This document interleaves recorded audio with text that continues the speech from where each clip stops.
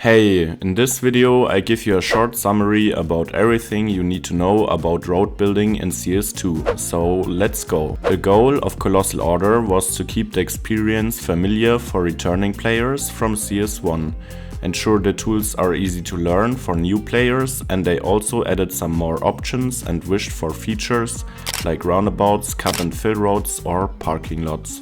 Road tools. You have all the features from CS1 like freeform and curved road building, but as a new feature was added the grid mode. It allows you to create seamless city blocks with just 3 clicks. First, you place the starting corner of the road grid.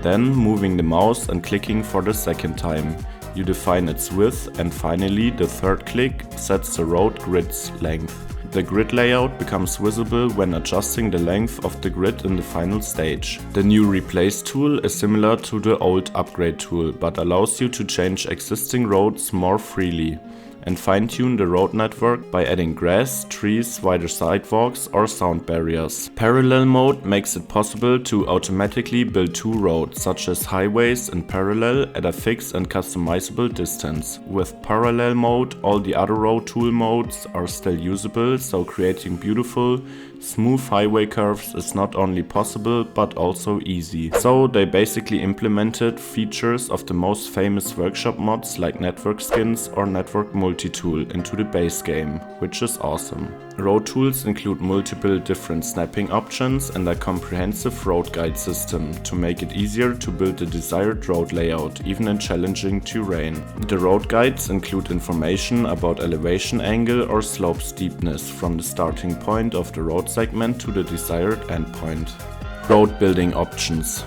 Road building has been designed to be faster and more flexible by allowing you to build roads across existing roads, creating intersections in places where the roads cross each other. This also makes it possible to place large intersections on existing road layouts easier and faster. Road placement options have been expanded to include cut and fill construction for roads digging through the terrain, and elevated roads running on top of other roads. Cut roads are built using the road elevation options, where the first negative values create cut roads before the road turns into a tunnel. Elevated roads, on the other hand, require sufficient clearance below them. Using the road elevation to raise them up allows building them across roads that run parallel to them. Building elevated roads is as easy as building a bridge or an overpass. The roads are also more flexible to build in Cities Skylines 2. Connecting different sizes of roads together can create interesting intersection options. For example, splitting a small 2-way road into entering and exiting highway ramps is now fast and easy. However, one of the most exciting new features in the road system is the ability to create entry and exit ramps for highways, with proper acceleration and deceleration lanes that merge with the highway itself. This is achieved by first building a portion of the highway with a highway type that has 1 additional lane, and then connecting the additional lane with a single lane highway, forming a ramp. Road size and customization. Roads are organized into familiar categories: small roads, medium roads, large roads, and, of course, highways. Each category features multiple different options from 2-way roads to 1-way roads and asymmetric variations. In addition to the elevated versions of each road, there are various bridges in different styles. There are no grass or tree-lined versions of the roads, as these, among others, are added using the Replace tool. Roads can also be customized by adding bus lanes and tram tracks to them using the additional network building tools. You can also create dedicated roads that only buses and service vehicles to operate on them, and tram tracks can be built separately, bypassing road traffic altogether. Pedestrian streets.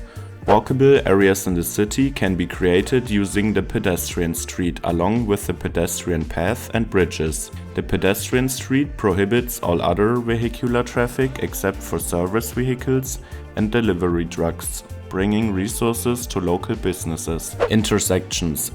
In Cities Skylines 2, the intersection system has been overhauled to use easier placement rules. The game features a collection of pre-made intersections, which can be placed in empty areas or over existing roads, connecting the intersection to the existing road network automatically. The pre-made intersections include complex highway interchanges as well as pre-made transition pieces that can be placed between highways and regular roads. Roundabouts.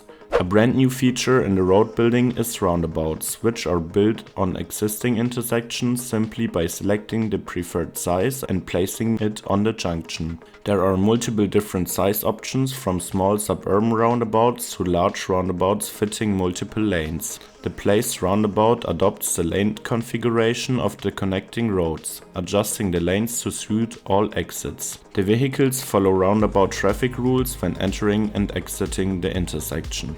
Parking lots.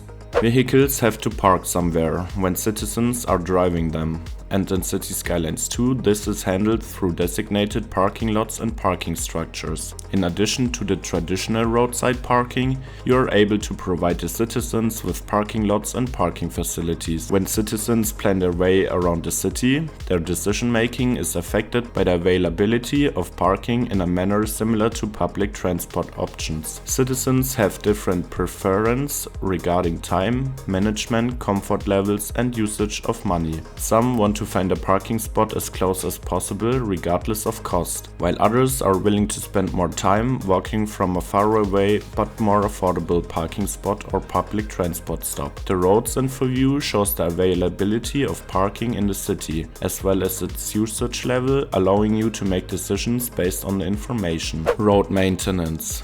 Other expanded road building options include the Road Maintenance Depot, which sends out vehicles to keep roads in good condition, fighting wear and tear, and decreasing the chances of traffic accidents. During winter, snowplows are deployed to keep the roads clear of snow. Roads info view.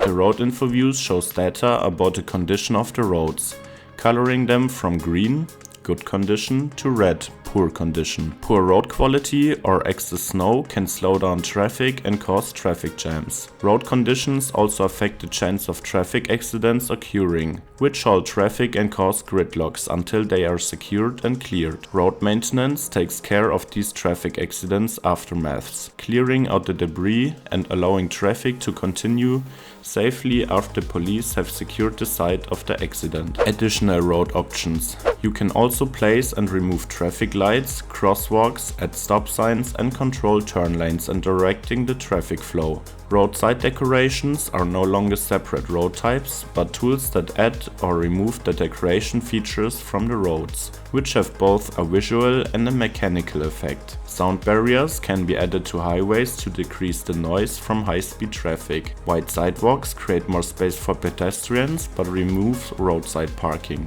And trees can be added to the sidewalks to control the noise pollution in residential areas or just beautify the roadsides. Road features can be easily removed by clicking the right mouse button when hovering over the additional road feature. Wow, that all sounds really exciting.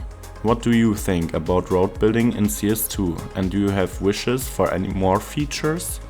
Let me know in the comments. Hey, if you really like my content and want to support me further, you can check out my newly released Patreon page. There you can find the latest updates and some real life stuff as well. Cheers!